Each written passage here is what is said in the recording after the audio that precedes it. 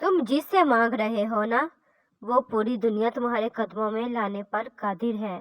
بے شک خالق کے بعد جس نے مکمل کیا مجھے، اہل جہاں سنو، وہ میری ماں کی ذات ہے۔ انسان کو تھکا دیتا ہے یہ سوچوں کا سفر۔ جملہ بہت چھوٹا ہے لیکن اس کی طاقت بہت زیادہ ہے۔ اللہ پاک کی طرف آ جاؤ، اس سے پہلے کہ اللہ پاک تمہیں اپنی طرف بلا لے۔ اپنے اندر پرندے کی طرح آہستی پیدا کرو، جو آسمان کی بلندیوں کو چھو کر بھی گردن جھکا کر رکھتا ہے، اور بے شک عاجزی اللہ پاک کو پسند ہے۔ اپنے اندر کے بچے کو کبھی مرنے نہ دے، کیونکہ حد سے زیادہ سمجھدار رہنا آپ کو وقت سے پہلے برا کر دیتا ہے۔ ماؤں کی ضرورت زندگی میں کبھی ختم نہیں ہوتی، ان کی جدائی ہر عمر میں رلا دیتی ہے۔ توبہ ایسا دروازہ ہے جو موت کی ہچکی تک کھلا رہتا ہے۔ دعا ایسا عمل ہے جو تقدیر کو بھی مات دے سکتا ہے۔ ضمیر ایسا ساتھی ہے جو ہمیشہ حق کے راہ دکھاتا ہے۔ چراغوں سے نہ پوچھو کہ باقی تیل کتنا ہے، نہ ہی سانسوں سے پوچھو کہ باقی کھیل کتنا ہے۔ پوچھو صرف کفن میں سوئے ہوئے انسانوں سے، عمل زندگی میں ہو تو قبر میں چین کتنا ہے۔ کسی کے پاس کھانے کے لیے ایک وقت کی روٹی نہیں، اور کسی کے پاس کھانے کے لیے وقت نہیں۔ کوئی اپنوں کے لیے روٹی چھوڑ دیتا ہے، کوئی روٹی کے لیے اپنوں کو چھوڑ دیتا ہے۔ یہ دنیا بھی کتنی نرالی ہے۔ پہلے مسجدیں کچی اور نمازی پکے تھے، اب مسجدیں پکی اور نمازی کچے ہیں۔ زندگی بہت مختصر ہے، سمجھ آتے آتے گزر جاتی ہے۔ دل میں کوئی بات نہ رکھے، نہ جھگڑے طویل ہونے دیں، معاف کر دیں، کیونکہ معاف کر دینا اللہ پاک کو پسند ہے۔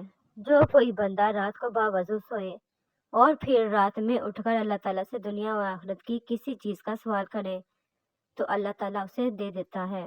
حضرت علی رضی اللہ تعالیٰ نے فرمایا، کپڑے، شکل اور زبان ہمیشہ جھوٹ بولتی ہے، انسان کی اصلیت وقت آنے پہ پتہ چلتی ہے۔ جدو حد تو ود عروج ملے، نہیں رہندے لوگ اوقات دے وچ، کوئی غیرت مند کشکول نہیں چکدا، بھاویں تخت ملے خیرات وچ۔ جس طرح انسان سے جان نکل جائے وہ زندہ نہیں رہتا، بالکل اسی طرح جس انسان سے سانس نکل جائے تو وہ پھر انسان نہیں رہتا۔ میں کتنا ہی طاقتور بن جاؤں لیکن ہر شام کو زندگی کا ایک دن کم ہو جاتا ہے اور میں اس کو روک بھی نہیں سکتا، لیکن وہ میرا مہربان اللہ مجھے نئی صبح دے کر پھر مہلت دے دیتا ہے۔ شاید میرا بندہ توبہ کر لے اور میں اس کو بخش دوں۔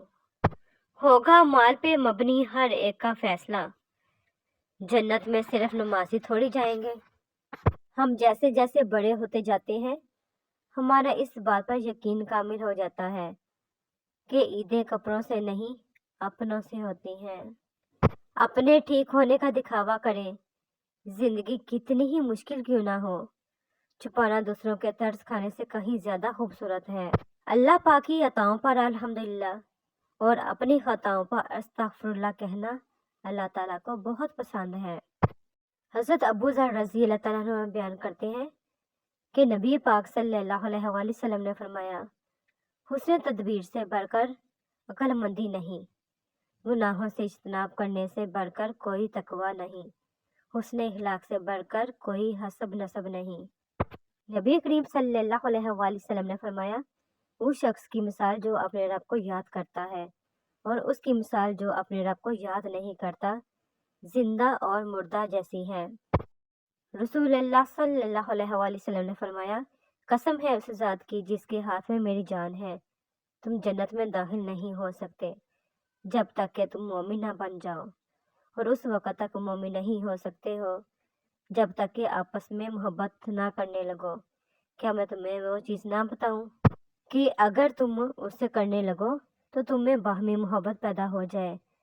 وہ یہ کہ آپس میں سلام کو عام کرو اور پھیلاؤ۔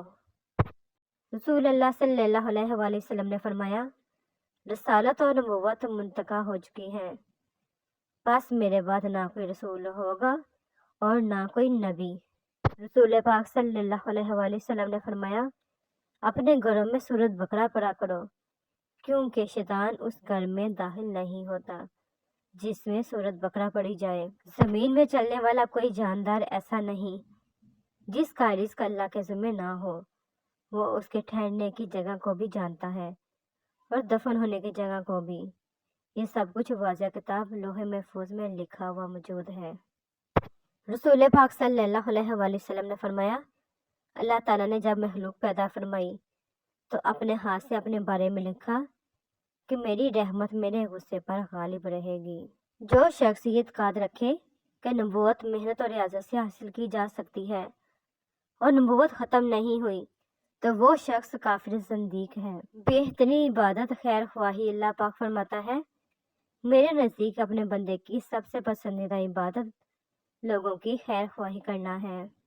حضور خاتم النبیین صلی اللہ علیہ وآلہ وسلم کا قرب حاصل کرنے کے لیے نہایت ضروری ہے کہ آپ صلی اللہ علیہ وآلہ وسلم کے دشمنوں سے دلی نفرت کی جائے، اور قادریت دراصل حضور شافعی معاشر صلی اللہ علیہ وآلہ وسلم سے بغاوت کا دوسرا نام ہے۔ رسول اللہ صلی اللہ علیہ وآلہ وسلم نے فرمایا، میری اس امت پر اللہ پاک کی رحمت ہے، آخرت میں اسے عذاب دائمی نہیں ہوگا اور دنیا میں اس کا عذاب فتنوں، زلزلوں اور قتل کی شکل میں ہوگا۔ رسول پاک صلی اللہ علیہ وآلہ وسلم جب خطبہ ارشاد فرماتے تھے تو آپ صلی اللہ علیہ وآلہ وسلم کی آنکھیں سرخ ہو جاتی اور آپ صلی اللہ علیہ وآلہ وسلم کی آواز بلند ہو جاتی اور غصہ شدید ہو جاتا، اور یوں معلوم ہوتا گویا کہ آپ صلی اللہ علیہ وآلہ وسلم کسی ایسے لشکر سے ڈرا رہے ہوں کہ وہ صبح یا شام حملہ کرنے والا ہے۔ حضرت محمد مصطفیٰ صلی اللہ علیہ وآلہ وسلم نے فرمایا، میں جب جنت میں مطلع ہوا تو میں نے وہاں اکثریت فقیر لوگوں کی دیکھی، اور جب جہنم پر مطلع ہوا تو وہاں اکثریت میں نے عورتوں کی دیکھی۔ رسول پاک صلی اللہ علیہ وآلہ وسلم سے فرماتے ہوئے سنا، تم لوگ خرید و فروخت میں کثرت سے قسم کھانے سے بچو، اس لیے کہ قسم کھانے سے سامان تو بک جاتا ہے لیکن برکت ختم جاتی رہتی ہے۔ رسول پاک صلی اللہ علیہ وآلہ وسلم کو فرماتے ہوئے سنا، جب لوگ ظالم کو دیکھ کر اس کا ہاتھ نہ پکڑیں یعنی ظلم نہ روکیں تو قریب ہے کہ اللہ تعالیٰ اس کا عذاب لوگوں پر عام کر دے۔ نبی پاک صلی اللہ علیہ وآلہ وسلم نے فرمایا، مظلوم کی آہ یعنی بددعا سے بچو کہ اس کے اور اللہ تعالیٰ کے درمیان کوئی رکاوٹ نہیں ہوتی۔ اپنے ماں باپ کو گالی دینا کبیرہ گناہوں میں سے ہے۔ صحابہ نے عرض کیا، اللہ کے رسول، بھلا کوئی آدمی اپنے ماں باپ کو گالی دے گا؟ آپ نے فرمایا، ہاں، وہ کسی کے باپ کو گالی دے گا تو وہ بھی اس کے باپ کو گالی دے گا، اور وہ کسی کی ماں کو گالی دے گا تو وہ بھی اس کی ماں کو گالی دے گا۔ رسول اللہ صلی اللہ علیہ وآلہ وسلم نے فرمایا، جس شخص نے طہارت کے باوجود یعنی وضو ہونے کے باوجود تازہ وضو کیا، اس کے لیے 10 نیکیاں لکھی جائیں گی۔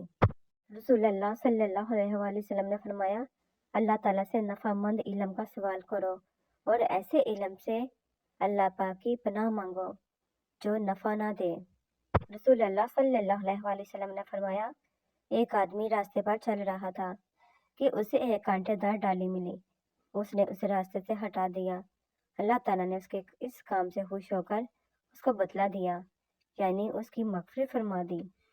تم کیوں مشکلات کی زندگی پر غم کرتے ہو؟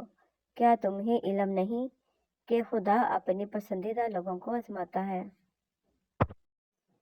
درخت جتنا اونچا ہوگا اس کا سایہ اتنا ہی کم ہوگا، اس لیے اونچا بننے کے بجائے بڑا بننے کی کوشش کریں۔ علم کا ایک قطرہ جہالت کے سمندر سے بہتر ہے اور عمل کا ایک قطرہ علم کے سمندر سے افضل ہے۔